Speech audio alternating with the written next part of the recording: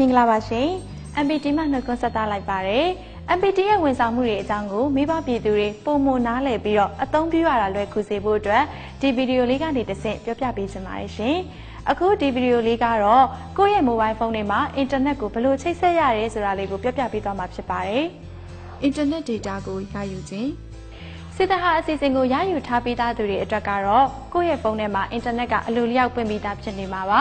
စစ်တဟာကိုအသုံးပြုတဲ့သူတွေအတွက်အင်တာနက်ကိုအခမဲ့ရယူနိုင်ပါတယ်ပုံမှန်အင်တာနက်အတိုင်းရယူမယ်ဆိုရင်တော့1331ကို Aura Data Service လို့ SMS ပေးပို့ရမှာဖြစ်ပါတယ်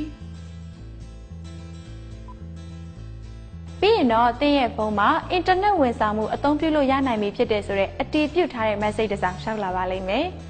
APN setting သတ်မှတ်ခြင်းအင်တာနက်ဝန်ဆောင်မှုအသုံးမပြုနိုင်ခင် APN setting မှာ MPT နဲ့ဆိုပြီးတော့သတ်မှတ်ထားလားဆိုတာအရင်ကြည့်ရပါလိမ့်မယ်မဟုတ်ရင်တော့ APN အသစ်တစ်ခုဖန်တီးရပါလိမ့်မယ်ရှင်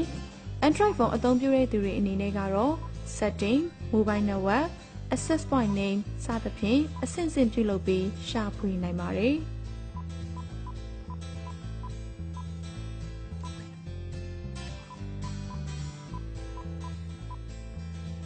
iOS phone အသုံးပြုတဲ့သူတွေအနေနဲ့ကတော့ setting cellular data network နဲ့ရှာဖွေနိုင်မှာဖြစ်ပါတယ်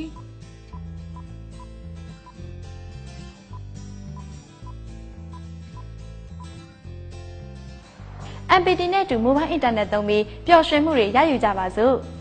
အင်တာနက်ရယူပုံတွေနဲ့ချိတ်ဆက်ပုံတွေကိုရှင်းလင်းသွားပြီလို့ထင်ပါတယ်ဒါဆိုရင်တော့ကိုယ့်ရဲ့ mobile phone တွေမှာကိုယ်တိုင်အင်တာနက်ကိုချိတ်ဆက်လို့ရနိုင်ပါပြီရှင်